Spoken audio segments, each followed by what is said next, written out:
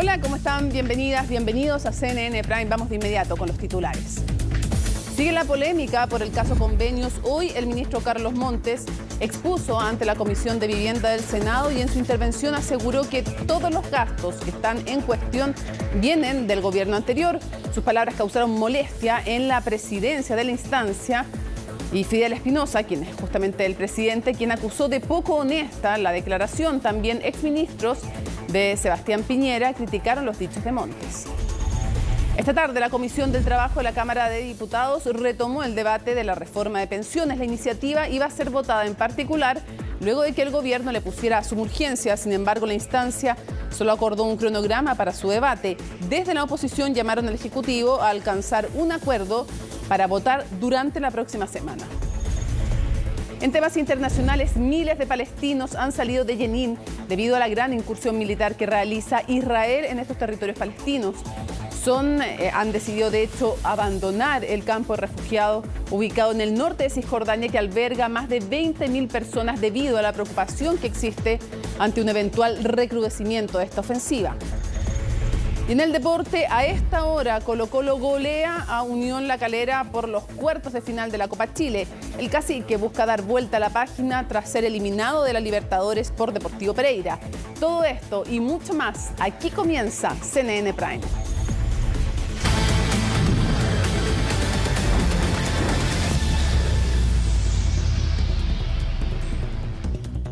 Bueno, y comenzamos contándoles que la Comisión de Trabajo de la Cámara de Diputadas y Diputados retomó el debate de la reforma de pensiones, pero no se llevó a cabo la votación en particular de la iniciativa. Giselle Vergara, desde el Congreso de Valparaíso, nos cuenta más. Giselle, buenas noches.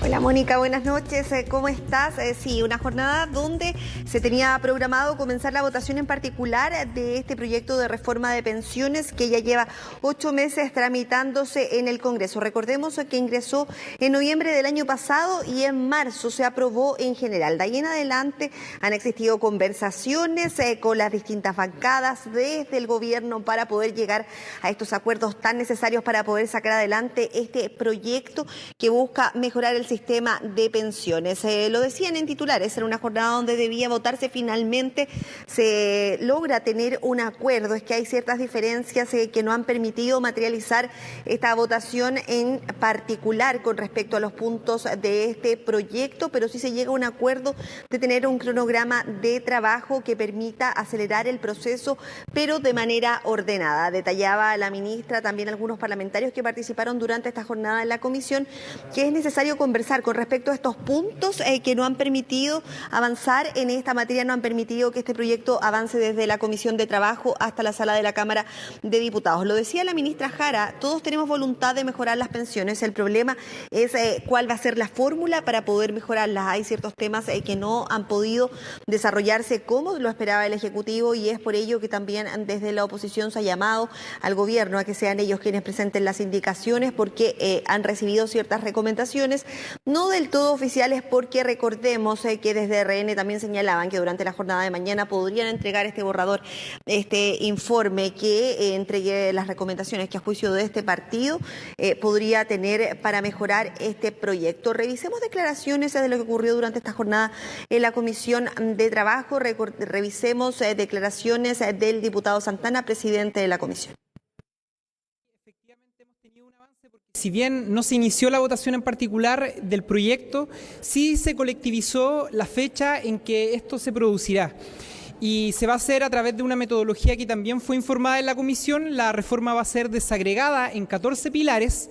Uno de ellos va a ser votado el próximo martes. Se van a recibir audiencias, se van a recibir invitados y se va a abordar y tramitar esta reforma a partir de los temas que fueron acordados anteriormente.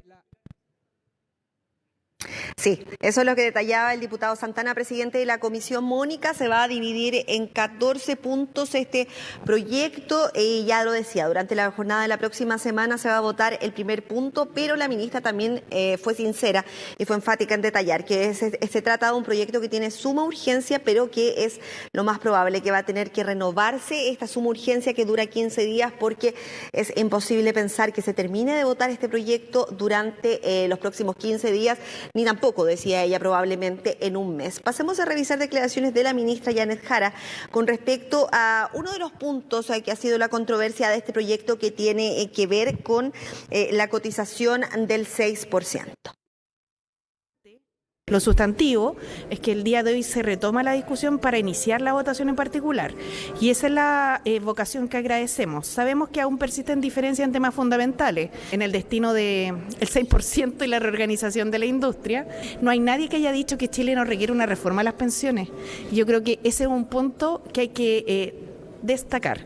Sí está claro que algunos quieren que toda la plata vaya a la AFP, y sí las personas tienen que saberlo en sus casas. Eso significaría que las pensiones no pueden subir. Por tanto, creo que ahí tenemos una línea que no podemos cruzar. Sí, existen varias declaraciones también, Mónica, de parlamentarios que estuvieron durante esta jornada de la comisión, que se han reunido con la ministra Jara, voces desde RN que señalaban que mañana van a poder entregar este texto con sus alcances al proyecto de reforma de pensiones. Las críticas también a la UDI, que decían algunos que desde RN ven voluntades, pero desde la UDI mucho más lejos de poder tener estas voluntades para llegar a este acuerdo tan necesario que podría acelerar el trabajo de esta comisión con respecto a este proyecto de reforma de pensiones. Revisemos declaraciones de los parlamentarios que también señalaban la necesidad de que sea el Ejecutivo quien ponga las indicaciones para poder de una vez por todas comenzar a discutir de manera definitiva el proyecto de reforma de pensiones. En materia previsional es el gobierno quien tiene la iniciativa. El proyecto tal como está presentado el día de hoy, nosotros no estamos de acuerdo y se lo hemos dicho al gobierno con franqueza. Ahora, si el gobierno se abre a garantizar la plena libertad de elección en la administración de los fondos y en las inversiones, si se compromete a garantizar que vamos a subir la PGU y vamos a permitir que el 6% vaya en su gran mayoría o en su totalidad a las cuentas individuales, nosotros estamos disponibles a avanzar en ese acuerdo, pero hasta ahora no hay nada. Lo que hemos hecho nosotros ha sido ofrecerle al gobierno un pacto y un acuerdo. Nosotros no queremos que, si es que votamos a favor en la comisión, se termine rechazando el proyecto como pasó con el proyecto del presidente Piñera. Nosotros lo único que queremos garantizar es que vamos a tener una mejora importante en las pensiones, respetando la propiedad de los fondos, la posibilidad de que sean heredables y también la posibilidad de elegir entre un sistema privado y uno público. Si el gobierno insiste en el proyecto como está, expropiando los fondos, obviamente no vamos a tener acuerdo. Para poder mejorar las pensiones se necesita un acuerdo y hoy día no estaban las condiciones para ese acuerdo, por lo tanto lo que sugerimos y finalmente se aprobó es un cronograma para empezar a votar la próxima semana. El gobierno tiene que tener claro que para avanzar en la reforma de pensiones se necesita construir un acuerdo. Hemos estado trabajando en ello, pero todavía falta. Tenemos el plazo de una semana para ello. Empezamos la votación el próximo martes. Sí, condiciones de parte de la oposición a través de estas declaraciones de los parlamentarios de Renovación Nacional y también de la UDI. Hay varias cosas que no les gustan del proyecto y es por eso que se han negado de cierta forma a votarlo de la manera que se conoce el proyecto. Es por eso que el llamado que hacen es a que se ingresen indicaciones que vengan de parte del Ejecutivo y también destacar que la búsqueda de un acuerdo tiene directa relación con poder lograr que finalmente lo que ocurra en la Comisión de Trabajo durante las próximas semanas se vea reflejado también en la sala de la Cámara de Diputados. Vamos a ver cómo se llevan adelante la revisión de estos 14 puntos en los cuales ha sido dividido este proyecto, con qué celeridad también se va a poder votar. La ministra del Trabajo también decía durante esta jornada que si es necesario hacer sesiones un día en la mañana y también ese mismo día en la tarde iban a juntar esas voluntades a fin de que en el menor tiempo posible se pueda sacar este proyecto de acá del Congreso Nacional. Muchísimas gracias, Giselle. No vamos a abandonar este tema porque tenemos que seguir analizándolos además con esta filtración de un comienzo de propuesta por parte de Renovación Nacional. Muchas gracias, seguimos muy atentas. Nos vemos, chao. Bueno, y justamente como lo habíamos anunciado, estamos junto a Nicolás Paut, nuestro editor económico, para revisar el tema previsional con esta especie de filtración que no sé si gustó mucho, de una propuesta o pre-propuesta de Renovación Nacional. Los mismos que filtraron esta prepropuesta hablan de borrador.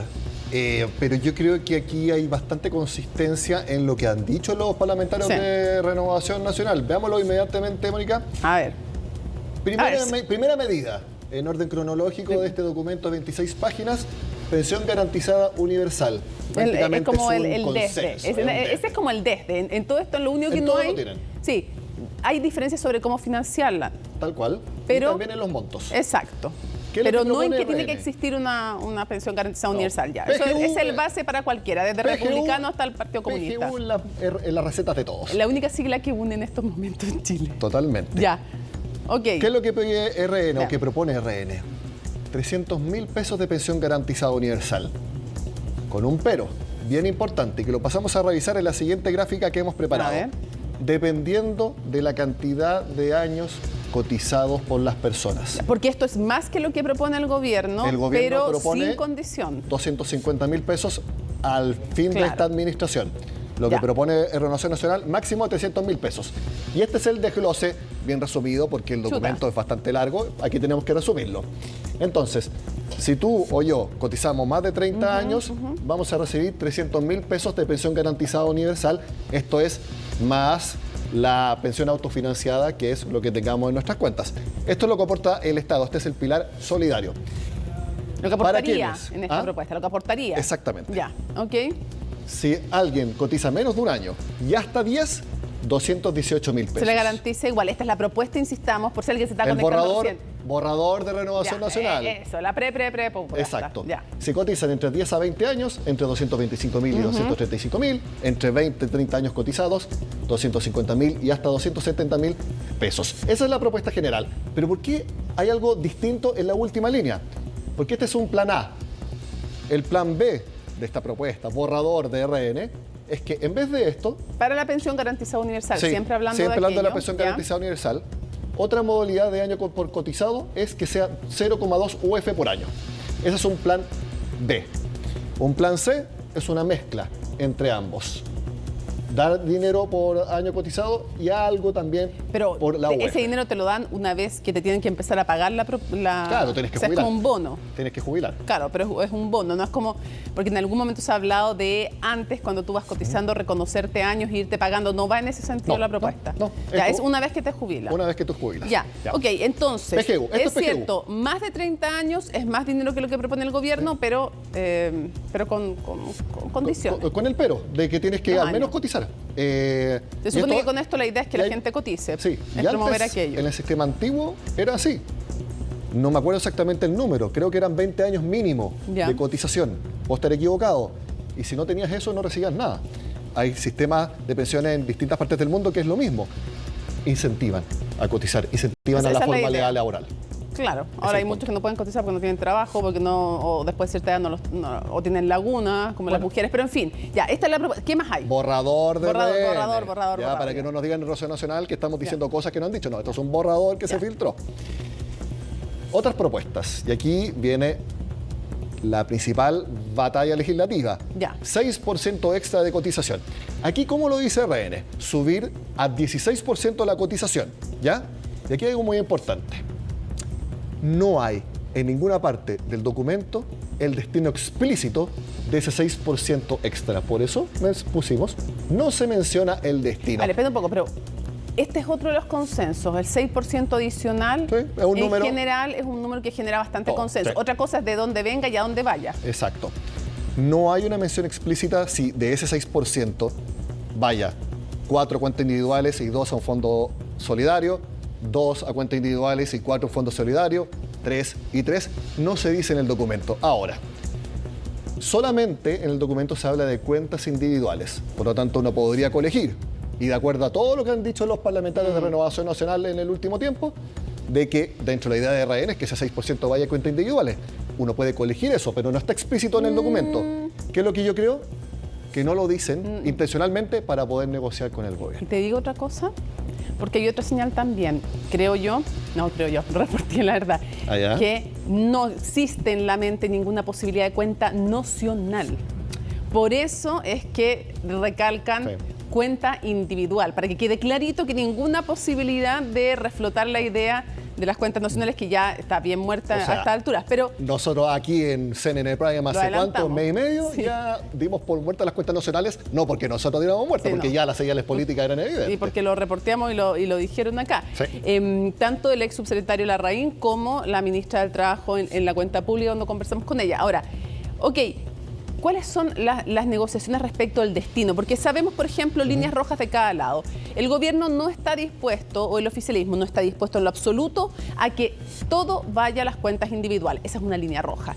Y la oposición, obviamente, no está dispuesta a que todo vaya a solidaridad. Eso no va a pasar. No va a ir ni todo a solidaridad, ni todo a cuenta individual. Propuesta oficial, me parece que lo ha dicho Non, ha sido el diputado Undurraga de Evópoli, que él dijo que están dispuestos al 3 y 3. Por eso te digo. Actualmente, muchas personas pueden haberse olvidado, hay otra reforma de pensiones que está en el Senado. Hay más. Dos veces se estuvo a punto de llegar.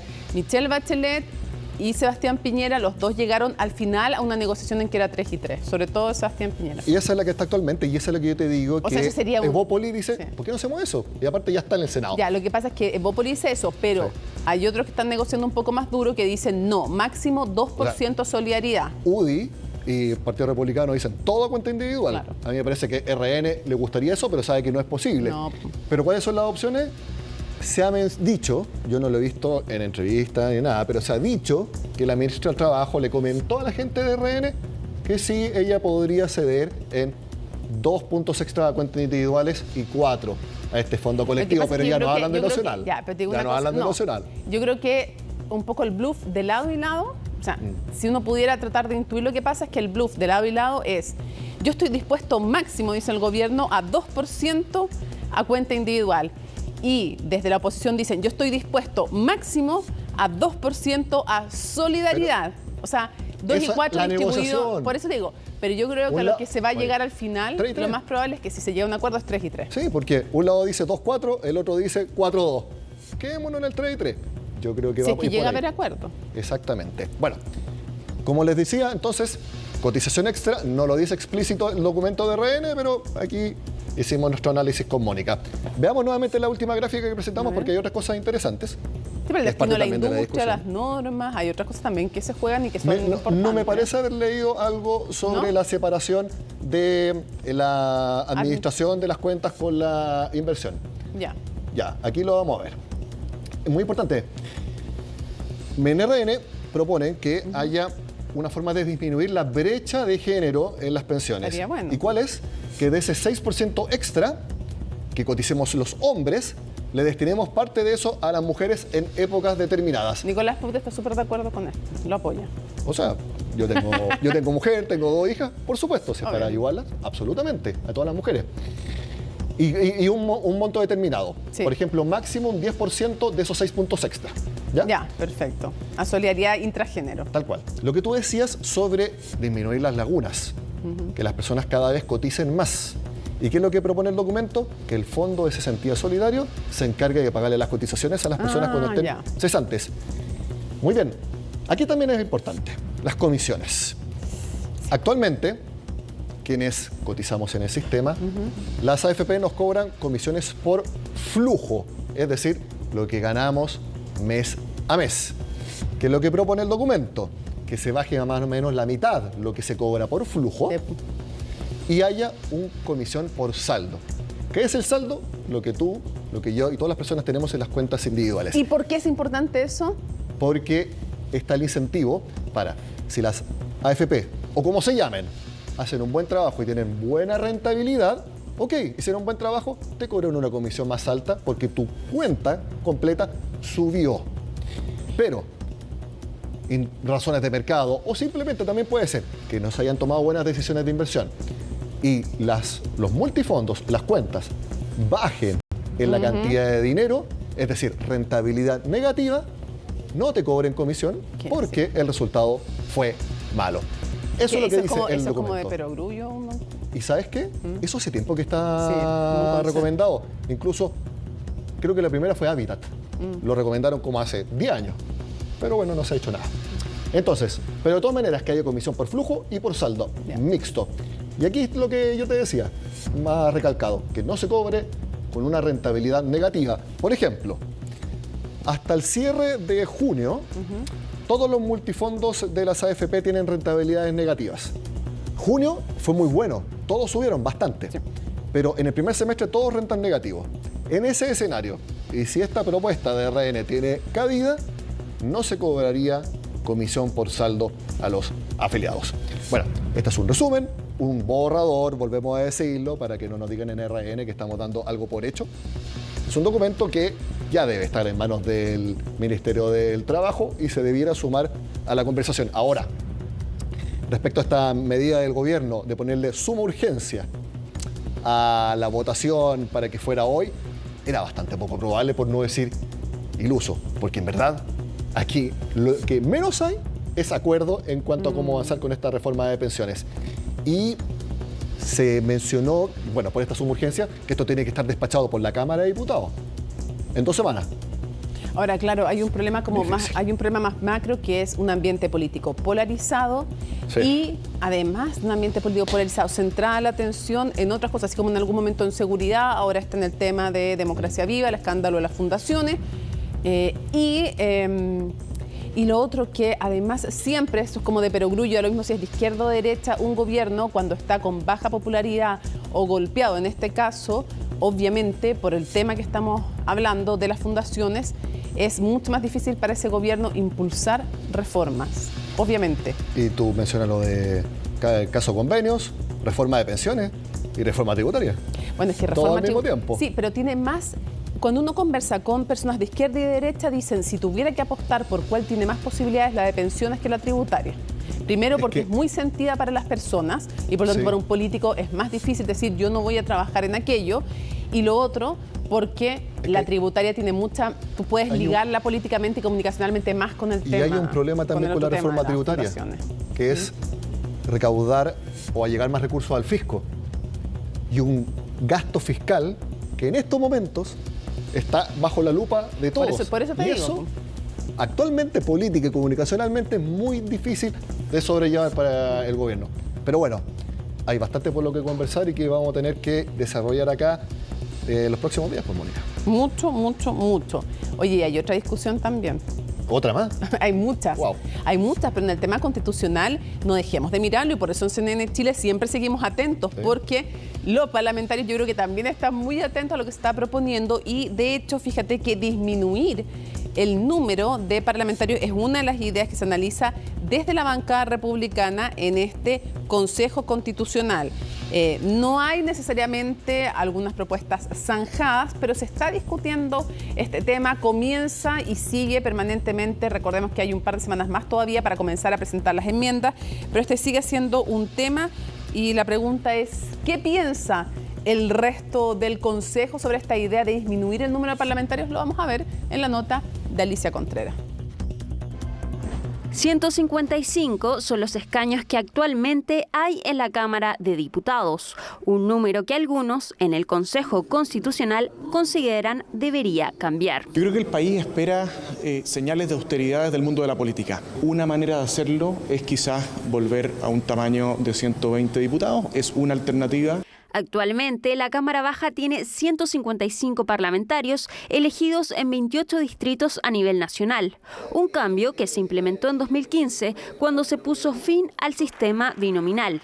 En ese entonces, el número de diputadas y diputados llegaba a los 120 con 60 distritos electorales. Ambos apuntaban a lo mismo, a mejorar la representación y a permitir la mayor incorporación de aquellas fuerzas políticas que quedaban normalmente excluidas de la representación en el Congreso Nacional. De manera que no habría ninguna ventaja. La superación de la actual fragmentación que presenta el sistema de partido va por otro lado.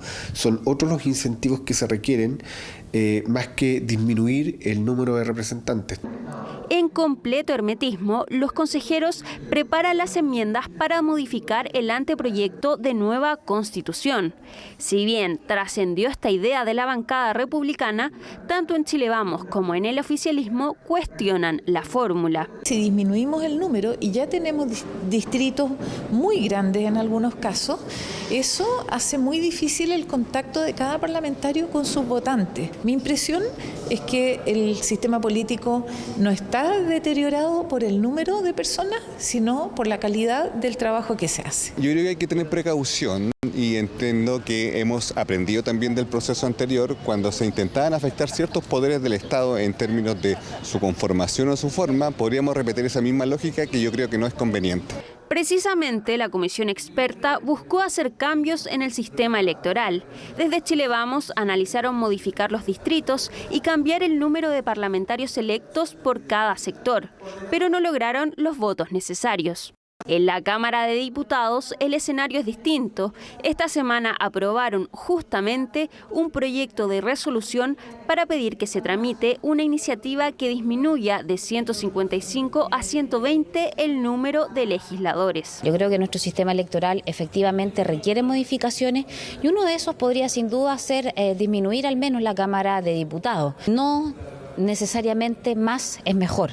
Yo creo que en muchas ocasiones menos es más. Yo creo que ellos quieren reducir nuestra democracia y volver al sistema binominal, y yo creo que Chile y nuestra democracia no puede retroceder, sino que tiene que avanzar. Mientras el debate sigue, el plazo para presentar las enmiendas en el Consejo Constitucional termina el 17 de julio. Desde esa fecha en adelante comenzará la discusión de fondo y se sabrá la postura definitiva de cada bancada respecto del número de parlamentarios que considera adecuado. Sigue la polémica. El presidente de Revolución Democrática, Juan Ignacio Latorre, reconoció haber tenido información, dijo, parcial sobre Democracia Viva 10 días antes de que explotara el caso. Detalles que aseguró no entregó al ministro Carlos Montes, quien debió exponer los antecedentes de la fundación ante la Comisión de Vivienda del Senado. La nota es de Estefanía Bustamante. Lo que parecía un día más tranquilo que los anteriores para el presidente de Revolución Democrática se convirtió en uno de los más complejos. En momentos donde su liderazgo ha sido cuestionado por sus pares, se conoció que fue alertado sobre Democracia Viva, algo que ocurrió 10 días antes de que se conocieran los hechos. Una información que lo obligó a reconocer que tenía antecedentes del caso que hoy golpea al oficialismo. La información que en ese momento se nos entregó, insisto, parcial, no es lo que sabemos hoy día.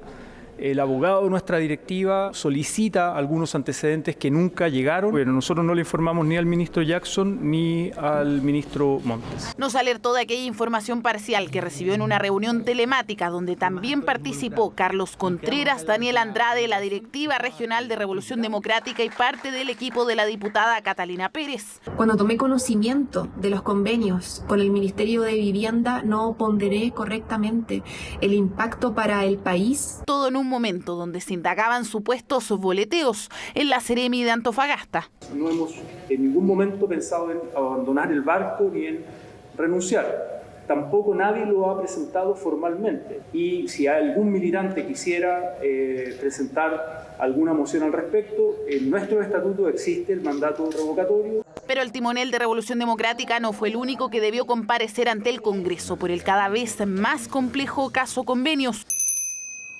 Se acordaba citar al Contralor de la República a la Comisión de Vivienda cuando llegó el ministro con los antecedentes sobre los cuestionados contratos suscritos por trato directo entre el Estado y Democracia Viva, también de otras fundaciones. Tienen saldos por rendir varias, algunas no han rendido nada, o sea, están atrasadísimas. Todos los gastos que están en cuestión vienen del gobierno anterior. Para esta institución que está en cuestión, que es Fundación Democracia Viva, no aparecía como tal, aparecía el proyecto y el monto del proyecto. Monto que asegura fue rebajado por el gobierno actual, aunque solo 3% se ha rendido completamente por Democracia Viva. Según el reporte del MIMBU, también se habría identificado deficiencias en su visita a las obras de la fundación.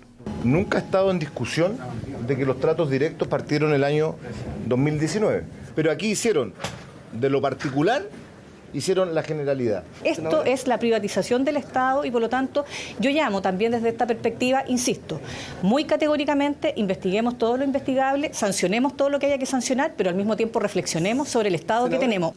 Un Estado que en estos casos delega facultades al Ceremi desde 2015. Sin embargo, el primer convenio fue en 2019, bajo el gobierno de Sebastián Piñera. Para algunos, como los exministros de Vivienda de la época, una mala justificación para el caso convenio. Yo creo que es probable que haya otros casos.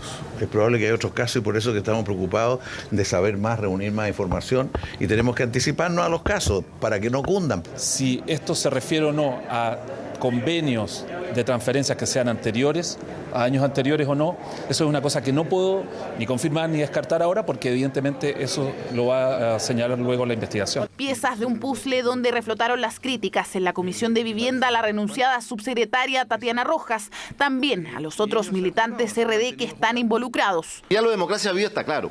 Esa es la mayor de las sinvergüenzuras que hemos podido conocer.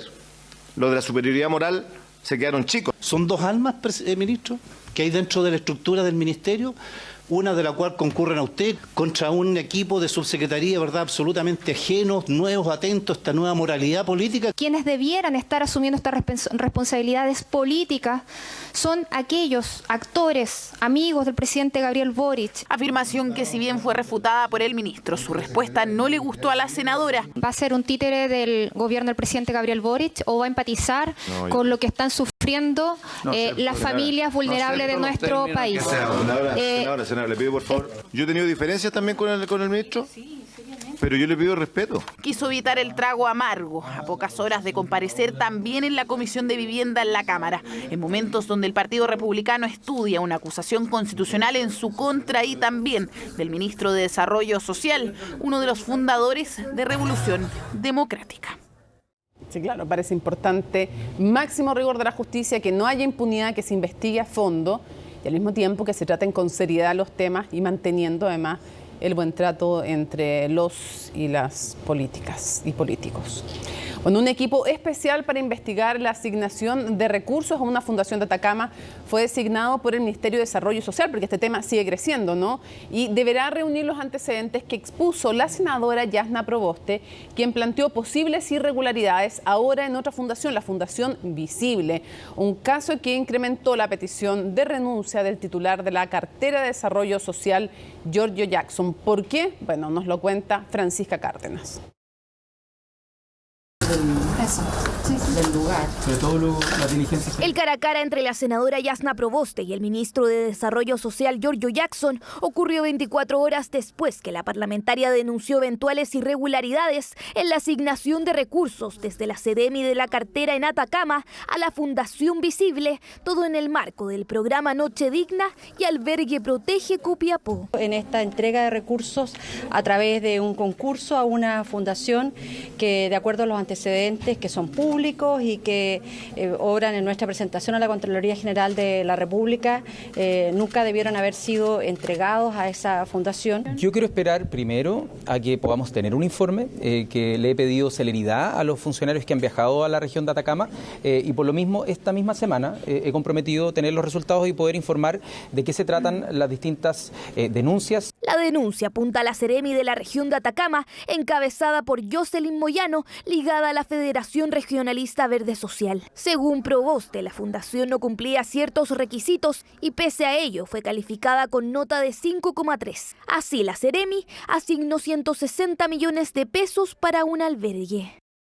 Una fundación con domicilio en Antofagasta, creada en agosto del 2021 por una persona natural y sus 2 hijas y que se registró como ente colaborador en marzo de este año. Estamos seguros que no hay ninguna irregularidad y ningún tipo de manejo oscuro de una profesional no solo muy destacada, sino que ha permitido que a través de su gestión se dupliquen los recursos que el Ministerio de Desarrollo Social ha asignado a Atacama. Esta nueva arista del llamado caso Convenios endureció aún más las críticas de la oposición. Desde Chile Vamos, ahora la mirada está puesta en el ministro Giorgio Jackson, no solo por encabezar una cartera que ahora es cuestionada por supuestas asignaciones irregulares, sino también por ser fundador de RD, partido que está en el ojo del huracán. Me parece que en esta nueva arista que se da en Atacama se confirma que es necesario que el ministro de Desarrollo Social, la subsecretaria y la Seremi dejen el gobierno. Aquí muchas veces uno escucha a la oposición que lo primero que piden son las cabezas de los ministros,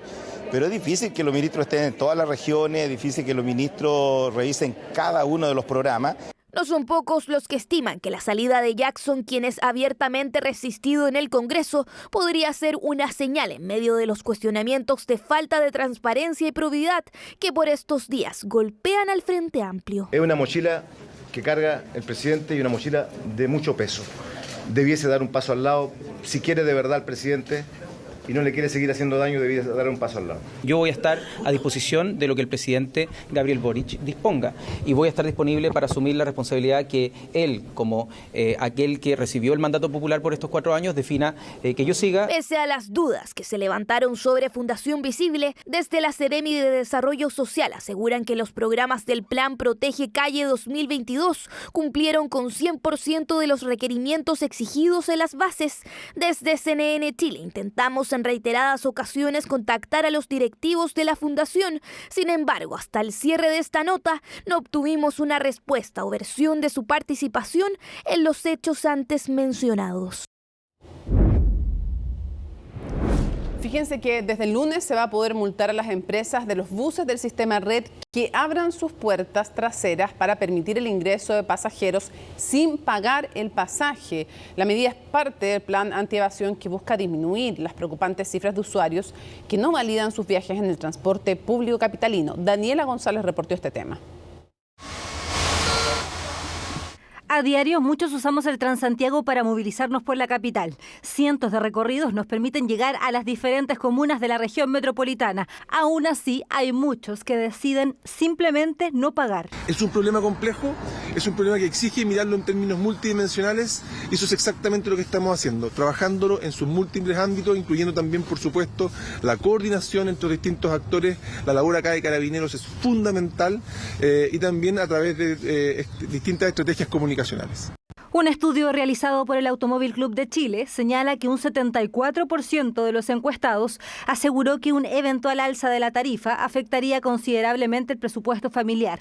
Cifra preocupante, ya que el pasaje del sistema Red está congelado desde el 2019. Un segundo dato de dicho estudio reveló también que en caso de una subida del pasaje, un 22% de los usuarios buscaría evadir el pago. Tienes como un núcleo duro que no está dispuesto a respetar ni normas ni comportamiento que se ha movido siempre. Nosotros hace más de 20 años que hemos detectado este grupo refractario, le denominamos, que son como un 20%, o sea, 2 de cada 10 ciudadanos no respeta las normas, va a conducir con alcohol, va a andar a exceso de velocidad y no va a pagar en el transporte público. Es una cifra enorme si tú piensas que ese es el promedio. La evasión en el sistema Red está como en el 40%. En 44%, para ser más específicos, cifra absolutamente alarmante, por lo que desde el Ministerio de Transportes han decidido aumentar las medidas para evitar esta situación. Subir por la puerta de atrás de la micro se ha vuelto una práctica habitual para la evasión, pero desde este lunes ya no se podrá.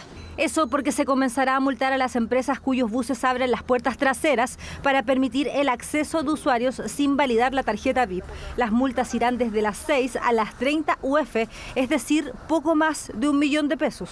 Es una infracción administrativa que podrá llegar hasta 1 millón de pesos como un incentivo para que se logre terminar con la apertura de las puertas traseras para que las personas accedan sin pagar la tarifa. Claro, es que a mí me parece mal. ¿Por qué? Porque el que se va a llevar los garabatos y todo somos nosotros. No, es que a la que tratan mal a uno, imagínate, mira ellos. Bajen y hacen la fila. Bajen y hacen la fila. Pero tú cada mes. Lo siento. Dando una entrevista, ¿cierto? Sí, que esté bien. El reclamo de los conductores es precisamente esto. En muchas ocasiones se ven obligados a permitir el acceso o pueden verse expuestos a insultos, amenazas e incluso golpes. Es algo que se escapa de sus manos. Bueno, a mí me parece bien que pongan un atajo porque uno que es adulto mayor, más encima está pagando el pasaje, los otros se pasan como quieren y además pediría que sacaran esos asuntos que tienen para que uno le cueste pasar porque adulto mayor enfermo tiene que estar haciendo la tremenda fuerza para pasar y que pongan buenas multas porque ya está bueno de muchos sinvergüenzas que no pagan, no porque no pueden, no pagan de fresco. Todos tenemos que pagar. Así sean adultos mayores o normales. Si está contraviniendo la ley, estoy de acuerdo. Porque uno tiene que subir es por la puerta delantera, ¿no? Es que mira, hoy hablando de los sueldos, la gente sin pega. No lo justifico en todo caso, pero a veces es necesario. Aún así, y entendiendo que la evasión se debe analizar en varias aristas, las autoridades llaman a pagar y ojalá preferir el sistema de pago con código QR. Esto ayuda a reducir los costos del sistema. También se están aumentando las fiscalizaciones aleatorias. Este año se han triplicado respecto al 2022. Igual es una situación al juzgado de policía local, usted le explica a usted por qué motivo no pudo pagar el día de hoy, ¿verdad? Nosotros Atención con esto, la Interpol en Chile emitió una alerta para dar con el paradero de Alvin Vargas, presunto miembro del Tren de Aragua, que habría ingresado a nuestro país huyendo de Perú. Todo esto luego que el Ministerio Público peruano lo dejara en libertad. El informe es de Valentina Nieto. 2 delincuentes, probablemente muy peligrosos, están sueltos. ¿Qué va a pasar con esos delincuentes o con los otros integrantes de esa banda? Causó alerta y también indignación en la prensa peruana, y es que no se trataba de delincuentes comunes. ¿Y tienen antecedentes también? Tienen antecedentes y pertenecen al Tren de Aragua. Y es que pese a sus vínculos con esta red criminal, el Ministerio Público de Perú los dejó en libertad. Solo 48 horas estuvieron en la cárcel los 2 cómplices del reconocido sicario Maldito Cris. Una decisión que arrastra consecuencias ahora también para nuestro país. Uno de los cómplices ha dejado el país y el otro abandonó la vivienda en la que habían constatado, bueno, que residía. Así es. Existen diferentes medios internacionales que indican que el sujeto podría encontrarse en territorio nacional. ¿Tu nombre completo? Alvin Daniel Vargas García. ¿Tu edad? 23. ¿Nacionalidad? Venezolano. Este es el sujeto que asegura la policía peruana estaría hoy en territorio nacional. Mantendría vínculos con el Tren de Aragua y, según indican los medios peruanos, registra delitos en nuestro país. Se solicitó la información y nos encontramos en la espera de la información que nos pueden proporcionar nuestros pares de Interpol en Lima. Sujeto en extremo peligroso que ha encendido las alarmas. Tanto Alvin Vargas como su compañero participaron el pasado 16 de junio en el enfrentamiento en el que Christopher Fuentes, alias el Maldito Cris, fue abatido por la policía. Estos sujetos, específicamente los cómplices de Maldito Cris, caen cuando tienen en su poder armas de fuego. Entonces, esto de por sí acá en Perú ya constituye el delito de tenencia ilegal de armas. Lo que se sabe es que ellos habrían ingresado de manera clandestina, ilegal, irregular a nuestro país y que habrían cometido ya antes delitos, tendrían una larga lista de antecedentes policiales en su país, ¿no? En Venezuela. Pero entonces, ¿por qué el Ministerio Público peruano los liberó? La decisión recae sobre la ahora ex fiscal María del Socorro Abad, quien argumentó que la policía no había cumplido el plazo legal de 48 horas para realizar las diligencias necesarias, algo que luego fue desmentido. Esto es una negligencia por parte del Ministerio Público que ha traído como consecuencia la libertad de estos 2 individuos. Nosotros hacemos nuestro trabajo y el Ministerio Público informará los motivos y de sus disposiciones, de sus decisiones. Fiscal, ¿podría explicarnos por favor la liberación de esos 2 sujetos? Fiscal, tiene que dar un mensaje a la ciudadanía. Decisión que desató una verdadera crisis. La molestia se dejó sentir y es que, según muestran los documentos, en más de una ocasión la policía peruana insistió al Ministerio Público indagar el caso. Los chats entre la policía y la fiscalía evidencian que hubo en todo momento plena disposición de la policía, digamos, en entregar toda la información, y eso no hubo un retorno de la misma intensidad o del mismo modo de parte de la fiscal. Es necesario que se refuerce aún más las capacidades de las Fuerzas Armadas para evitar que esto suceda y evidentemente iniciar lo más pronto posible un registro biométrico para hacer un catastro en torno a las nuevas facultades que tiene la Policía de Investigaciones de todas las personas migrantes que han ingresado por pasos irregulares a nuestro país. Caso que reabre nuevamente el debate sobre la seguridad de la frontera chilena. La Interpol, en tanto, continuará la búsqueda de Alvin Vargas, un nuevo miembro del Tren de Aragua que logra ingresar a territorio nacional. La embajadora de Estados Unidos en Chile, Bernadette Meehan, aseguró que las negociaciones para que nuestro país se mantenga en el programa de la visa waiver van por buen camino. Durante esta jornada, el canciller Alberto Van Claveren se reunió con otros ministros con la Comisión de Relaciones Exteriores de la Cámara de Diputados. ¿Para qué? Para dar a conocer justamente el avance de estas diligencias. La visa waiver busca compartir información entre aliados bilaterales. Chile comparte la información con Estados Unidos y viceversa para mantener la seguridad de nuestros países. Chile ha tenido algunos problemas con los requerimientos, pero estamos trabajando en conjunto con el gobierno, por lo que estoy segura de que seguiremos teniendo buen progreso en las negociaciones. Mientras Chile siga cumpliendo con los requisitos, se podrá mantener en el programa. Espero que sigamos teniendo el progreso que necesitamos. Vamos a otras materias. Un funcionario del CEFAM de Ercilla fue detenido tras participar en un robo frustrado.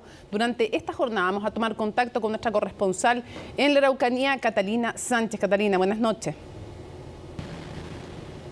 ¿Qué tal, Mónica? ¿Cómo estás? Muy buenas noches. Claro, un amplio operativo policial se desplegó en la comuna de Ercilla, en la provincia de Malleco, pasado el mediodía, producto de la notificación de un intento de asalto. Esto en el radio urbano de la comuna de Ercilla, específicamente a un comerciante, Mónica, que resultó ser un sargento de carabineros en retiro. Esta persona estaba haciendo una descarga desde su vehículo particular hacia su panadería, del cual es propietario, y lo interceptan un vehículo en el cual habrían por lo menos 3 sujetos, según informó la Fiscalía y también las autoridades. Estos sujetos portaban armamento largo, corto, proceden a intimidar a este carabinero en retiro y con el fin de poder sustraerle su vehículo particular. ¿Qué ocurre en ese entonces? Esta persona saca su arma debidamente inscrita y trata de repeler este ataque con 6 disparos. Estos sujetos se van del lugar en este vehículo en el cual se movilizaban, pero no sin antes efectuar disparos hacia la panadería, hacia el local comercial y también hacia su persona, quien resultó con lesiones afortunadamente leves, pero igual se mantiene internado en el hospital de Coyipulli. Acá hay varios puntos importantes, Mónica. ¿Por qué te lo comento? Porque se dio a conocer ya cuando se desplegaba este operativo que la persona que conducía este vehículo, y que además es un vehículo que había sido robado hace algunos días en la comuna de Angol, de la Tesorería General de Angol, resultó ser un funcionario público. Tú bien lo decías, una persona que trabaja todavía, más bien dicho, hace más de 10 años en el CEFAM de la comuna de Ercilla y fue detenido por carabineros. ¿En qué contexto lo detienen? Bueno, cuando estas personas proceden a huir del lugar, se genera una persecución por parte de carabineros. Ellos se dirigían, según informó el delegado, hacia el sector de Coyico, las cercanías incluso de la comunidad de Temucuicuy, y producto del exceso de velocidad y la desesperación también en parte, Mónica, colisionan con otro vehículo particular. En ese entonces llega personal policial, llegan los vehículos blindados y proceden a detener a una de las personas. Las otras que estarían también en este vehículo habrían escapado. Se confirmó durante la tarde y tras un punto de prensa en la segunda comisaría de COP Pailahueque que esta persona es justamente un funcionario público que realizaba labores hace más de 10 años, cerca de 14 años incluso, en el CEFAM de la comuna de Ercilla, y además, según expresó el delegado José Montalva, se encontraba en ese entonces con una licencia médica, y eso es lo que ha generado, por supuesto, las diversas reacciones en las autoridades, quienes por una parte han valorado el actuar de carabineros de poder detener a esta persona, ¿cierto? Y también la incautación de este vehículo que había sido sustraído de la Tesorería General de la República, y además se logró incautar una escopeta, esta arma de fuego con el cual se habrían efectuado disparos. Pudimos tener acceso a las declaraciones que emitió durante esta tarde las diversas autoridades. Pasemos justamente a revisar en primera instancia qué fue lo que nos comentó el general Cristian Mancillas, jefe policial de la 9ª zona.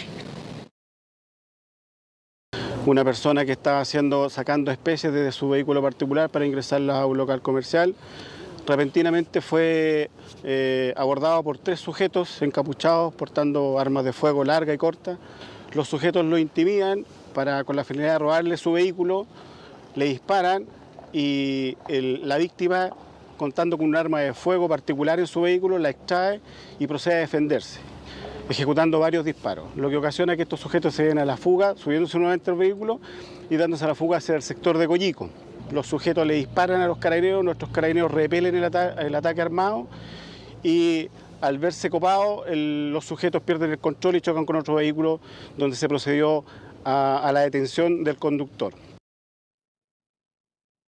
Claro, ahí lo decía el general Cristian Mancilla, el jefe policial de la macro zona sur. Se genera también un enfrentamiento, Mónica, con personal policial cuando, claro, están en persecución para poder dar con los responsables de este intento de asalto que lamentablemente deja a una persona herida, a un ex carabinero además, un sargento en retiro, y se logra detener a una de estas personas. Le preguntábamos también al delegado, Mónica, por ejemplo, si esta persona pertenece o no pertenece a la comunidad de Temo Cuycuy. Es un comunero mapuche de 37 años y el delegado decía que lo efectivo es que, claro, cuando estos sujetos se escapan del lugar, se dirigían justamente hacia ese sector. Además, un punto muy importante, como yo te lo comentaba, este vehículo que fue robado a un funcionario de la Tesorería General de la República tenía GPS, por lo cual le preguntábamos también al general qué ocurría con este vehículo cuando se le pierde el rastro, y él señala que lo podían seguir producto del GPS, pero se pierde esta señal cuando ingresa al sector y a la comunidad de Temo Cuycuy. Se refirió también el fiscal regional Roberto Garrido respecto de estos delitos que hoy día se le imputan a esta persona, a este comunero mapuche, que va a ser puesto a disposición de la justicia el día de mañana en el juzgado de garantía de Coyipulli, donde se mantiene a esta hora de la noche también, por supuesto, por esta detención. Y él señala que son algunos delitos, por ejemplo, receptación, también manejar este vehículo que había sido robado. Hay una investigación para ver si efectivamente fueron ellos quienes robaron este vehículo o no, y quién fue justamente quien procedió a sustraer este automóvil de la Tesorería. Pasemos también a revisar qué fue lo que comentó durante la tarde Roberto Garrido, el fiscal regional de la Araucanía. Los antecedentes que hemos recabado de este caso, que han permitido la detención del chofer del vehículo en el que se desplazaban los imputados, nos permiten vincularlos con la sustracción de vehículos motorizados y con el foco investigativo que se ha abierto hace algunos meses atrás a propósito del trabajo de análisis criminal que realiza la Fiscalía de la Araucanía.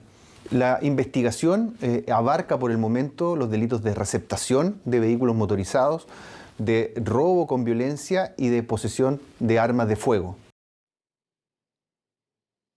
Claro, un punto muy importante además, Mónica, es que según expresó el general Mancilla, este sujeto, esta persona, era una persona de interés. No quiso referirse, por ejemplo, a detalles de por qué era de interés, quizás por qué eventuales hechos en los cuales podría haber participado, pero sí confirmó que era una persona de interés y tampoco se confirmó si estaba siendo buscada o no estaba siendo buscada. Lo cierto es que realiza labores en el CEFAM de Ercilla hace más de 10 años. Estuvo también en este punto de prensa el delegado presidencial José Montalva, quien señaló que efectivamente, con este tipo de actuar hay una baja en un 25% en el delito de robo de vehículos y valoró enérgicamente este actuar de carabineros para poder evitar este asalto y también, por supuesto, para poder detener a esta persona que manejaba este vehículo que había sido robado hace algunos días. Pasemos a escuchar.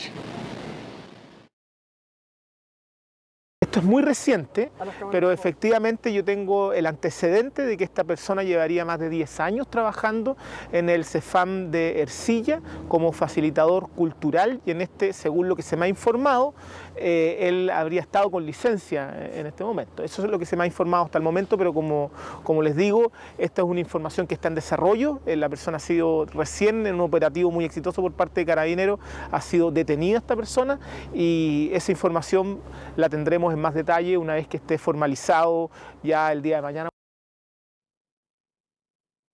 Claro, producto de ese hecho se generó, como yo te comentaba, un amplio operativo policial terrestre, también aéreo, para dar cuenta de lo que estaba ocurriendo en pleno centro de la comuna de Ercilla, en el radio urbano, y que termina justamente con una colisión con un vehículo particular, la incautación de este vehículo que había sido robado, también la incautación de una escopeta, el arma con el cual se habría lesionado a este sargento en retiro, ¿no?, de Carabineros, y que se mantiene internado en el hospital de la comuna de Coyipulli. Estaremos atentos a lo que siga ocurriendo con esta información, Mónica. Mañana será puesto a disposición de la justicia en el juzgado de garantía de Coyhaique para ver qué delitos finalmente se le imputan y qué va a ocurrir con esta persona que todavía, reiteramos, es funcionario público que pertenece justamente al CESFAM de la comuna de Ercilla. Mónica. Gravísimo lo que nos cuenta, seguimos muy atentos a cómo se resuelve esta situación. No es lo que uno esperaría de ninguna persona, evidentemente, menos de un funcionario o de una funcionaria pública. Muchísimas gracias por toda la información, Catalina. Buenas noches.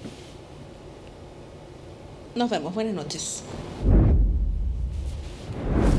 Bueno, aquí en la región metropolitana, el gobernador Claudio Rego denunció un ataque bombing por parte de grafiteros al edificio del gobierno regional tras un evento skater, justo en la semana en que el plan de limpieza y mantención de fachadas en la Alameda va con un 79%, casi 80% de avance. Pablo Figueroa nos cuenta más. Vamos a limpiar hasta que les duela. Vamos a limpiar hasta que nos volvamos a sentir orgullosos de nuestra ciudad. Y espero que de aquí a algunos meses la Alameda luzca como siempre tiene que lucir, limpia, bella y segura. Una respuesta firme ante lo que el gobernador considera un ataque. Los rayados hechos por un grupo de grafiteros al frontis del edificio de la Gobernación Regional para Rego no es un acto casual. Lamentablemente hay gente que se siente atacada con la limpieza. Hay gente que se siente atacada con el orden. Y es por eso que hemos tenido y hemos sido víctimas de este bombing, de este ataque amedrentador. Ustedes se dan cuenta que no hubo ningún otro edificio rayado en toda la cuadra, salvo el edificio del gobierno de Santiago. Pero, ¿qué es el bombing? ¿Cuál es la motivación para hacerlo? El gobernador se equivoca al decir que él ha sido atacado con bombing, como si fuera un arma. Y la verdad es que es la denominación que se utiliza para una actividad, no es un sustantivo, no es un arma en sí misma. El bombardeo no tiene como objetivo amedrentar a las personas. Él se puede sentir amedrentado, pero eso es una situación particular y otro contexto. El graffiti jamás tiene esa pretensión o ese objetivo. Explicada la definición de lo que el gobernador dice es un ataque, desde el mundo del arte precisan que hay más cosas que aclarar dentro de las palabras de Claudio Rego. El tema del graffiti, desde su origen en Estados Unidos, tiene que ver con esto que los grafiteros de partida no son pintores, son escritores. Ellos escriben su nombre. En este caso no es amedrentadora, sino que es con un carácter cuestionador. Hay un error también en dejar de pensar que con el hecho de limpiar la ciudad vas a tener, como dice su declaración, una ciudad más limpia, más segura y bella. Creo que hay un mal entendimiento ahí de cómo se relaciona las autoridades, la ciudad y el graffiti en particular. Es que el hecho ocurre cuando la Gobernación ha recuperado 8 kilómetros de fachadas de la Alameda, en una medida de las más visibles durante la gestión de Orrego, que ya va con un avance del 79%, y contempla la limpieza y mantención de 50.000 metros cuadrados de fachadas, desde Vicuña Maquena, Poniente, hasta calle Aeropuerto. Una medida que se realiza hace 2 años en edificios patrimoniales y hace 3 meses en todas las fachadas del barrio dentro del perímetro escogido. Para nosotros es prioritario tener la fachada limpia. Nosotros tenemos un compromiso a nivel del centro cultural con los bienes nacionales. Es caro, o sea, proporcionalmente para un centro cultural con los recursos que maneja, obviamente que es caro. Existen varias opciones de empresas que lo hacen, que son mucho más caras, pero este trabajo lo hacemos nosotros directamente a través de nuestra unidad de operaciones, que hace la limpieza de la fachada, pero también tiene un costo que tiene que ver con mano de obra, materialidad y obviamente todo el producto que se utiliza. Posiblemente hay otras necesidades más urgentes, posiblemente que sí, yo no lo pongo en duda, pero también es necesario tener una vida sana y mentalmente que la gente se sienta cómodo en donde vive y en el entorno, ¿ya? Y la gente tiene que entender que no estamos en una batalla, es simplemente, por favor, respeten las fachadas de nuestros hogares. Vivimos en edificios, está bien, no es una casa, pero el edificio lo pagamos todo. Nosotros, más o menos un costo aumentó entre 25 y 30 mil pesos en gastos comunes en un edificio estándar acá en el barrio. El proyecto considera mantención en 48 horas hábiles, máximo en caso de nuevos rayados, en un trayecto entre las comunas de Lo Prado y Estación Central, con un presupuesto de 3.540 millones de pesos para su uso en 3 años.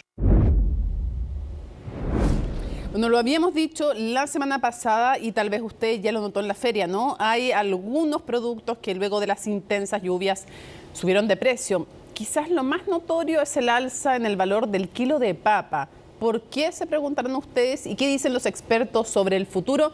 María Luisa Carrión reportó este tema. El pollo asado. Ya. El pollo asado es lo ¿Y mejor. el agregado? Todo pide papa frita porque la papita es muy rica. No hace falta poner aderezo, así, pura salsita nomás, muy rica la Y papa. además que es natural. Natural, totalmente, 100% natural.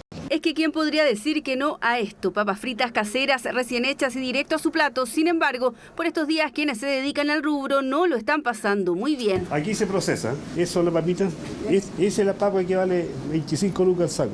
¿Y cuánto le estaba costando antes? Dicen 17, 18, 15. De 15 sube de 17 a 18 y ahora estamos a 25. 60 años lleva en este local, partió haciendo aseo y hoy es el dueño, manteniendo la tradición del clásico pollo asado con papas fritas, con papas mayo o con puré, pero siempre con la papa natural. Por eso, pese al alza de su producto estrella, no ha subido el precio de su carta.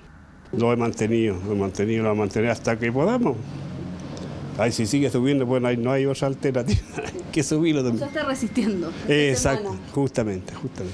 Y así la porción de papa frita mediana seguirá por ahora en 3.000 pesos y la familiar en 4.500. Calcula que por el alza de la última semana el valor debería haber subido al menos 1.000 pesos en cada opción. Pero ¿qué tanto ha elevado su valor la papa? Vamos a la página de ODEPA a revisar. Si vemos la semana posterior a las lluvias y la comparamos con la anterior, el valor tiene una diferencia de más de un 35% en las ferias libres. Están entre 20 y 22.000 pesos un saco, en Lo Valledor. ¿De cuánto? De 25 kilos. ¿Y a cuánto estaba antes? 14, 12, o sea, igual subió harto. Sí, subió. ¿Cuánto más? Especular a la gente, a 20, están pidiendo 18. Pero yo las papas mías vendió a 17, 16 y 15.000 pesos las blancas. Los postreros se perdieron y no se puede sacar. Muchas papas se perdieron, sobre todo la orilla Maule, se perdieron hartas. Y ahí la explicación que entregan para el alza de uno de los alimentos favoritos en las mesas de nuestro país. Si lo analizamos en un periodo más largo, en las últimas 4 semanas, el aumento es de un 28%. En las ferias el kilo ya está a 1.000 pesos. Bastante ha subido bastante y hay que comprar menos. No, pues ahora se compra la mitad de lo que se compraba antes, la mitad. Todo justo. Con suerte. A veces estaban 3 kilos en 2.000. Pero fue antes de la lluvia. Se está comprando menos. Está un poco más cara la verdura y la papa, sobre todo se nota el cambio y se nota el alza de precio. Y no solo la papa ha subido de precio, también la lechuga. Si hace 2 semanas este letrero indicaba que una unidad costaba 600 pesos, hoy ya está a 1.000 pesos cada una. Si vamos a ODEPA y comparamos la semana previa a la posterior del sistema frontal, la lechuga registró un alza de más de un 43% en las ferias libres y al hacer el análisis en el último mes, esa variación es de un 24%. Está a 1.000 pesos una unidad. Qué caro. Por lo menos aquí en la feria está bastante caro. Las risas se van rápido cuando las malas noticias llegan para quienes recién van llegando a la feria. Más caras, lo que se traduce también en menos ventas. Menos, y aparte porque vienen más chicas. Antes eran más grandes y ahora más chicas. Tengo que comprar igual porque uno come las cosas igual. O sea, no puedo dejar de comprar porque está más cara. Hay que traer más plata, no queda otra. Y no es lo único que golpea el bolsillo, advierten los feriantes. Encontramos coliflores y brócolis a 1.200 pesos la unidad. Hace 2 semanas ya, un ejemplo, valían de costo 500 pesos y ahora 700 pesos, 800 pesos de costo. Ha subido harto. Lo que tuvo una afectación y por tanto más bien no va a bajar como debiera, porque hubo una afectación en lo que se llaman cultivos de invierno.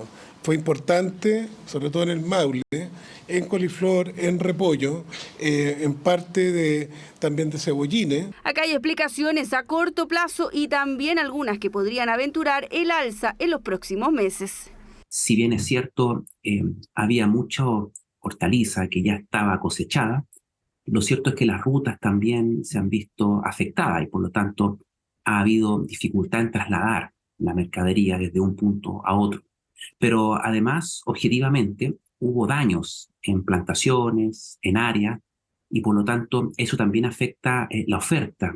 Ahora bien, también podemos esperar un efecto que es más de largo plazo, que se va a asociar a la escasez de algunos productos debido a inundaciones de terreno o afectaciones en los sistemas de regadío. En lo que concuerdan expertos y autoridades es que el alza de los precios debería ser acotado y nunca en una gran dimensión. El último catastro habla de más de 142.000 hectáreas afectadas, siendo las regiones del Maule, Biobío y O'Higgins las con más superficie gravemente dañada. En 15 días más estaría la cifra final.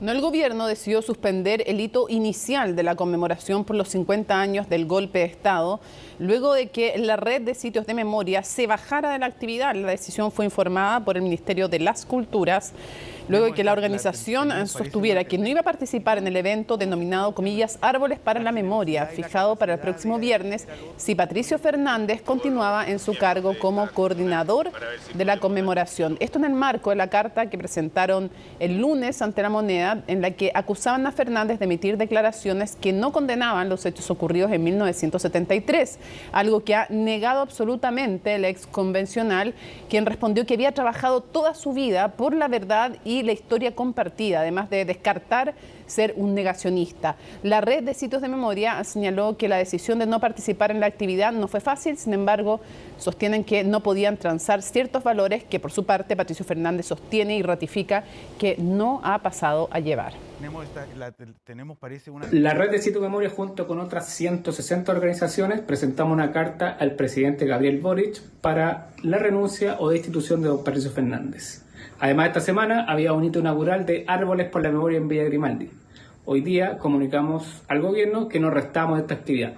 Hace muy poco nos acaba de llegar un correo, ¿cierto?, del Ministerio de las Culturas informándonos que la actividad se encuentra suspendida hasta nuevo aviso. Nos parece acertada estando Patricio Fernández aún en el cargo. Sin perjuicio de lo anterior, lo que nosotros como organizaciones de derechos humanos abogamos a que Patricio Fernández salga, más que suspender un hito inaugural o un hito de conmemoración de los 50 años. A 12 años del terremoto, Japón anunció que cuenta con la autorización para verter el agua de la central Fukushima al océano, una decisión que ha despertado críticas de países vecinos y organismos internacionales. Javier Albornoz tiene el informe.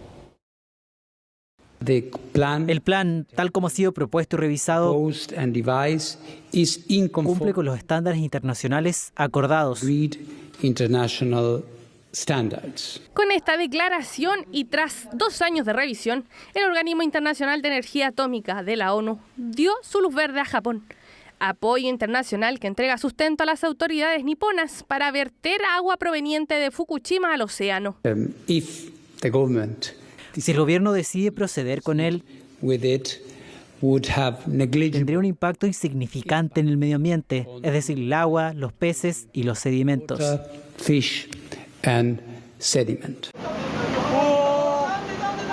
Corría el 2011. Un terremoto magnitud 9 y posterior tsunami afectaron al territorio japonés. Poco después se generó el desastre sociotécnico en la central nuclear de Fukushima. Las olas del tsunami dañaron la estructura y 3 de sus reactores se fundieron. Para bajar la temperatura, se comenzó a bombear agua de mar, la que ha sido almacenada en estanques, los que ahora llegaron a su capacidad máxima de almacenamiento.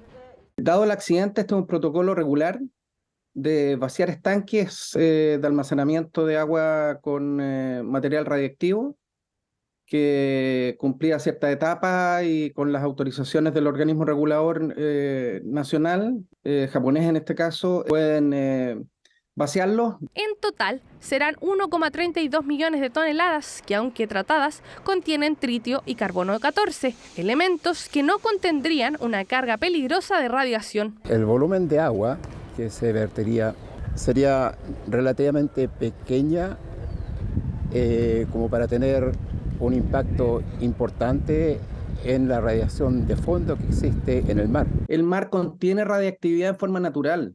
El ambiente contiene, tanto la tierra como el mar, partículas que son radiactivas.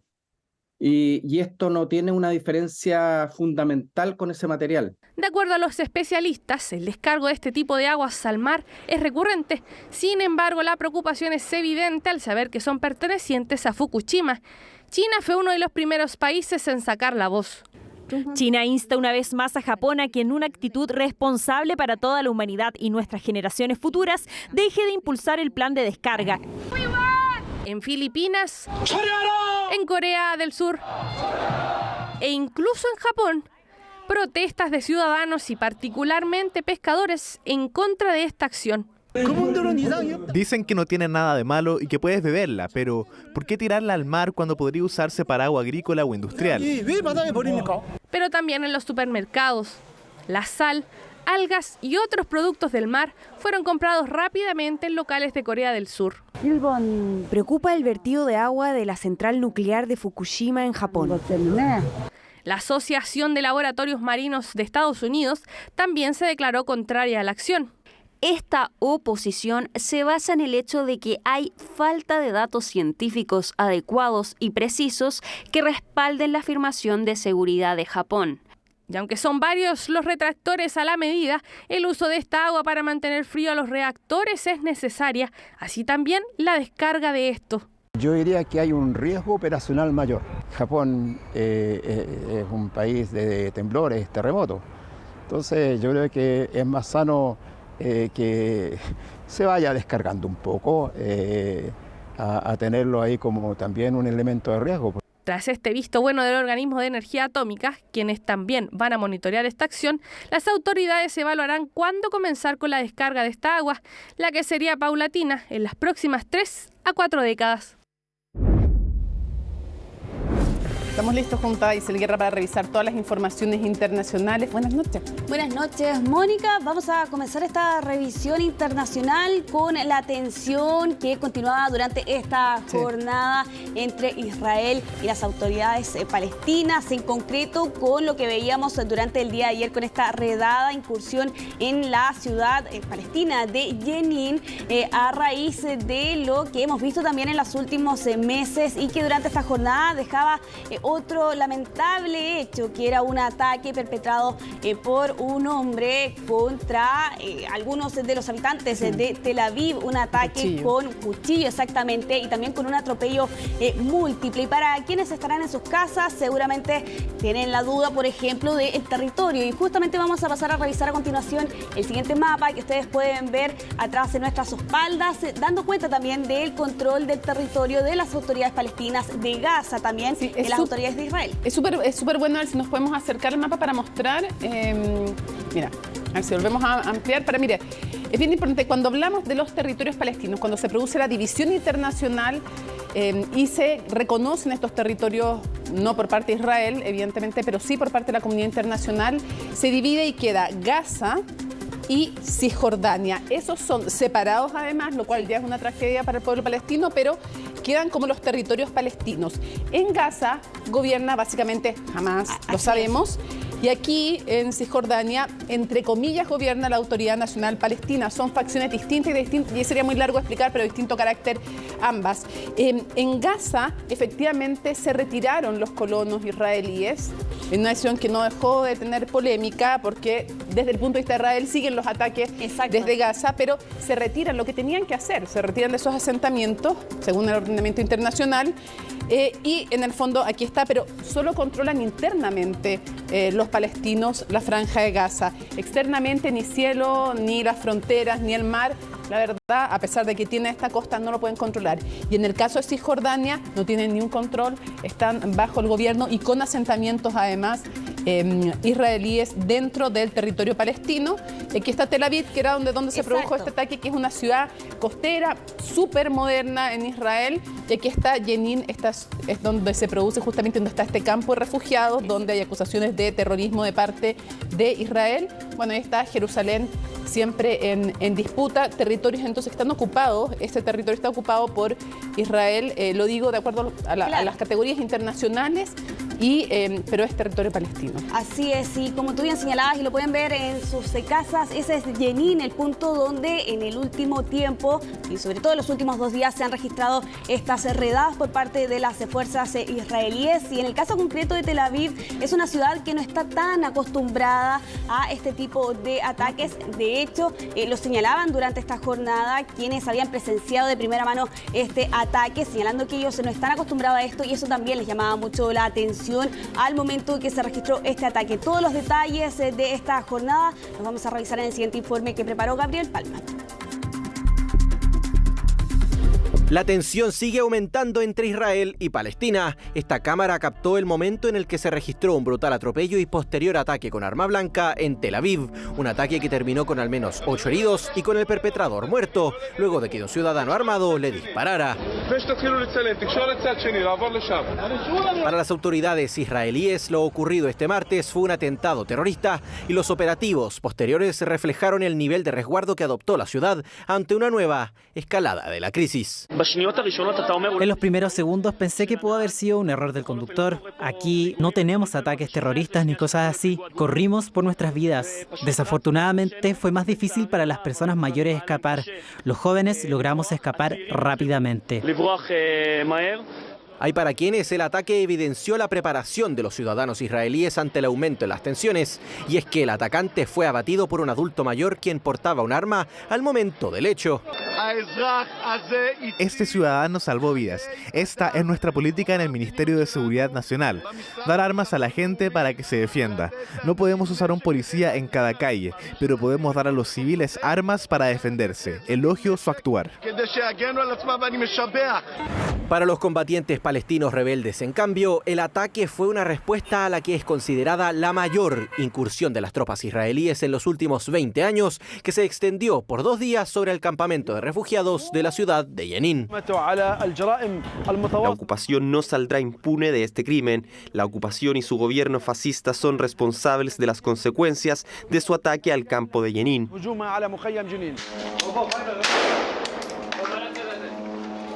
La operación israelí sobre este asentamiento ya deja al menos 12 palestinos muertos, un centenar de heridos y al menos 3.000 personas que dejaron sus hogares huyendo de los enfrentamientos.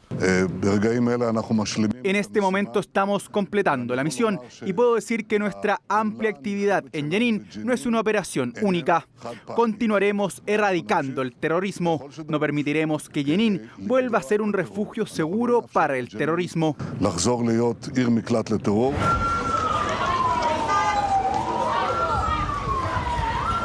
Una redada al interior de la comunidad palestina que estaría llegando a su fin, según Netanyahu, pero que, como se ha visto en lo que va del año, deja la puerta abierta a que se lleven a cabo nuevas incursiones en Jenin. Y es que Israel insiste que detrás de estas operaciones buscan dar con presuntos terroristas. Esta operación es solo contra la infraestructura terrorista dentro del campo de Jenin. No es una invasión, no es contra la autoridad palestina, no es contra las fuerzas palestinas, es solo contra la infraestructura y los terroristas. Esto es lo que es. Desde la ONU reconocieron estar alarmados ante la situación que ocurre en esta zona del planeta, una que conoce muy bien de la violencia y de los enfrentamientos. Bueno, y Gabriel Palma nos contaba los detalles de lo que ocurría durante esta jornada. Según la BBC Mónica, aparentemente las tropas israelíes habrían ya comenzado la retirada de Jenin, pero lo cierto es que la tensión permanece en esta zona, algo de lo que conoce hace bastantes décadas. Sí, qué lamentable. Claro, Israel dice que hay terrorismo, por eso los tratamos de neutralizar. Desde los palestinos dicen, estos son nuestros territorios, tienen que retirarse ahí, y en eso lo que pasa es que hay un pueblo que sufre por no tener su autonomía y otro pueblo también, el de Israel, que también ha sufrido a lo largo de la historia y que también no todos están de acuerdo además con cómo se comporta necesariamente el gobierno a lo largo de la historia, con distintos matices. Es un tema súper complejo y también han sufrido atentados terroristas, los han sufrido, pero que se tienen ocupados unos territorios, los tienen ocupados. Sí, de eso también. Aunque eso es algo, yo sé que genera harto escozor cuando se dice, pero de acuerdo a las categorías, y claro, ellos también dicen, no nos reconocen a nosotros, el Estado de Israel, el derecho a existir, nos niegan ese derecho, entonces ¿por qué tenemos que reconocer nosotros a otros? Entonces es claro, es un conflicto dificilísimo que amenaza la estabilidad y en el cual no necesariamente los países árabes han ayudado a los palestinos. Eso es cierto.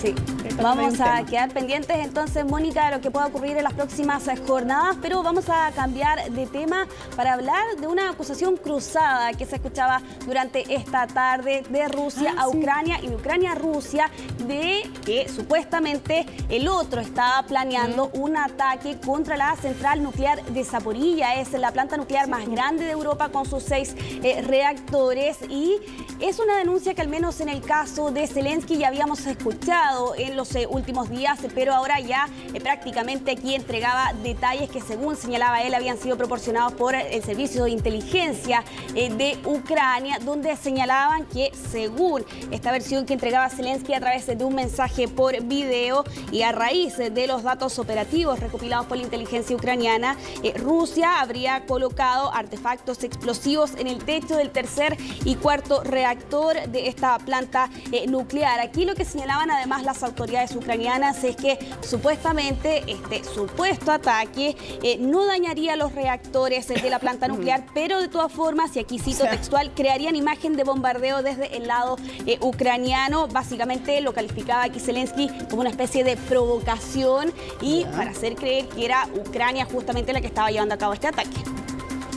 Qué susto, porque todo lo que tenga que ver con aquello, y no solo con un ataque necesariamente directo a la planta nuclear, que es algo que, claro, algunos dicen cómo se les va a ocurrir hacer eso, claro, sino que todo lo que desestabilice el suministro de agua, de electricidad por una planta es finalmente un riesgo enorme. Exacto, y aquí desde el lado de Rusia la acusación venía desde la empresa encargada de gestionar la red nuclear.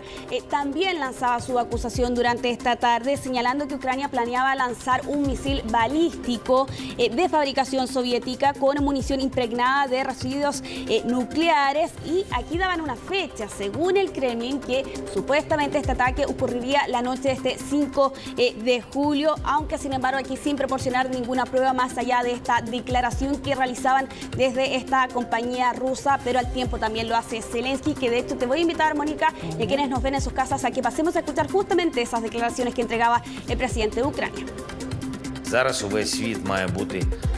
El mundo entero debe darse cuenta ahora de que la seguridad común depende por completo de la atención global a las acciones de los ocupantes en la planta. Ahora tenemos información de nuestra inteligencia de que el ejército ruso ha colocado objetos similares a explosivos en el techo de varias unidades de energía de la planta nuclear de Zaporilla. Es probable que lo necesiten para simular un ataque a la planta, o podrían tener algún otro tipo de escenario, pero en cualquier caso el mundo ve y no puede dejar de ver que la única fuente de peligro para la central nuclear de Zaporilla es Rusia y nadie más.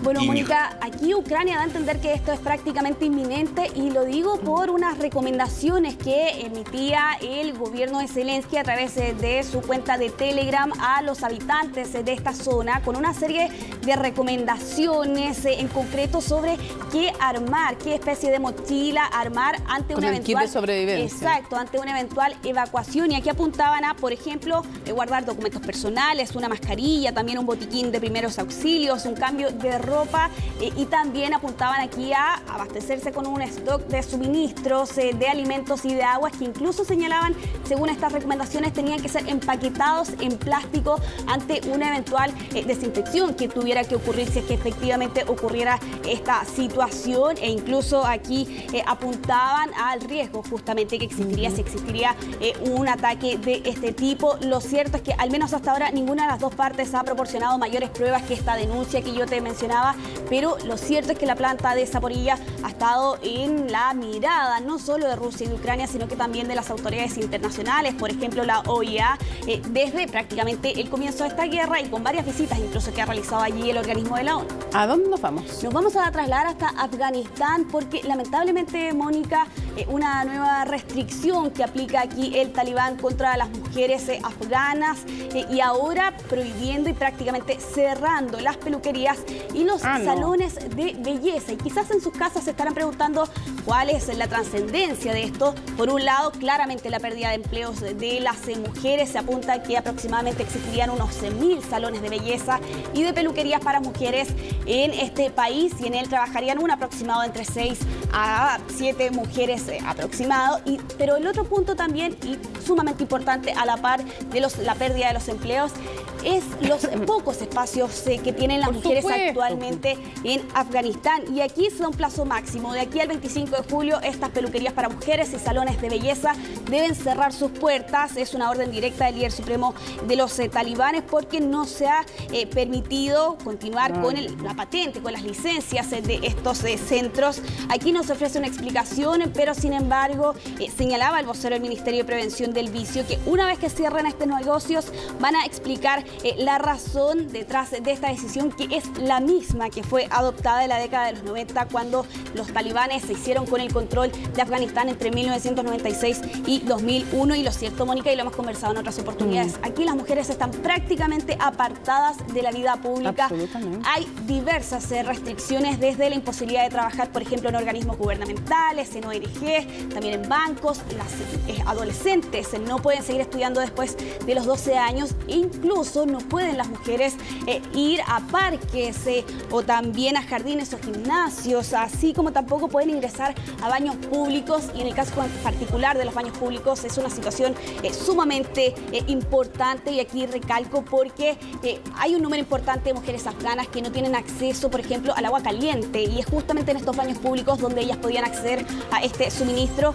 Y con todas estas restricciones, pese a que el talibán al llegar al poder en agosto del 2021 dijo que venía reformado con una especie de moderación, era tan obvio que no. No, lo que te iba a decir yo es el tema de la pérdida de empleos, pero en una situación económica tan desastrosa, eso casi, o sea, es importante igual, porque cada empleo cuenta, pero es la humillación, es el hacerte sentir que no puedes decidir ni siquiera sobre tu pelo, bueno, no puedes decir sobre tu ropa, no puedes decir sobre salir, pero además el espacio de socialización y de tejer redes de solidaridad, incluso para forjar instancias ocultas de educación, también son los salones, o sea, más bien eran los salones de belleza y otras instancias donde ya se habían cerrado lo que quedaba para tejer esas redes que siguen igual de manera clandestina. Mujeres muy valientes intentando tejer y ayudar y crear esa solidaridad de todas maneras. Y también respecto de la salud mental, que significa estar prácticamente aisladas, y hay varios relatos justamente de las mujeres que están sobreviviendo en Afganistán. Vamos a dejar ese tema ahora para finalizar esta revisión internacional en la Casa Blanca, con un inusual hallazgo que fue informado durante esta jornada, porque el pasado domingo el servicio secreto realizó una inspección de rutina en la Casa Blanca, y allí se encontraron con un polvo sospechoso, y talco polvo, claramente talco no era. Se realizó una revisión, se realizaron allí varios exámenes y se determinó preliminarmente que era cocaína. Eso al ser verificado, y aquí, según señalan las autoridades, esta zona de la Casa Blanca, que según señalan aquí fuentes anónimas, estaría en una zona concurrida donde pueden acceder los turistas, debió ser evacuada el domingo por la noche. Si tú te estarás preguntando dónde estaba Biden, pues bien, Biden no estaba en la Casa Blanca a esa hora, estaba en Camp David. Esa imagen, ese es el a la que estamos hablando, y esa imagen que veían cuando ustedes ven a los periodistas despachando, bueno, pudimos estar ahí para la última elección. Esa es la fachada, ese es el lado donde se ponen todos los servicios internacionales, también CNN Chile, cuando se despacha desde la Casa Blanca. Sí, es allí donde fue detectado este polvo sospechoso, que tras una revisión preliminar se determinó que era cocaína. De todas formas, a este lugar llegaron bomberos, también equipos de emergencia, para poder determinar que esta sustancia no fuera tóxica, pero con esta prueba rápida se determinó que efectivamente era cocaína.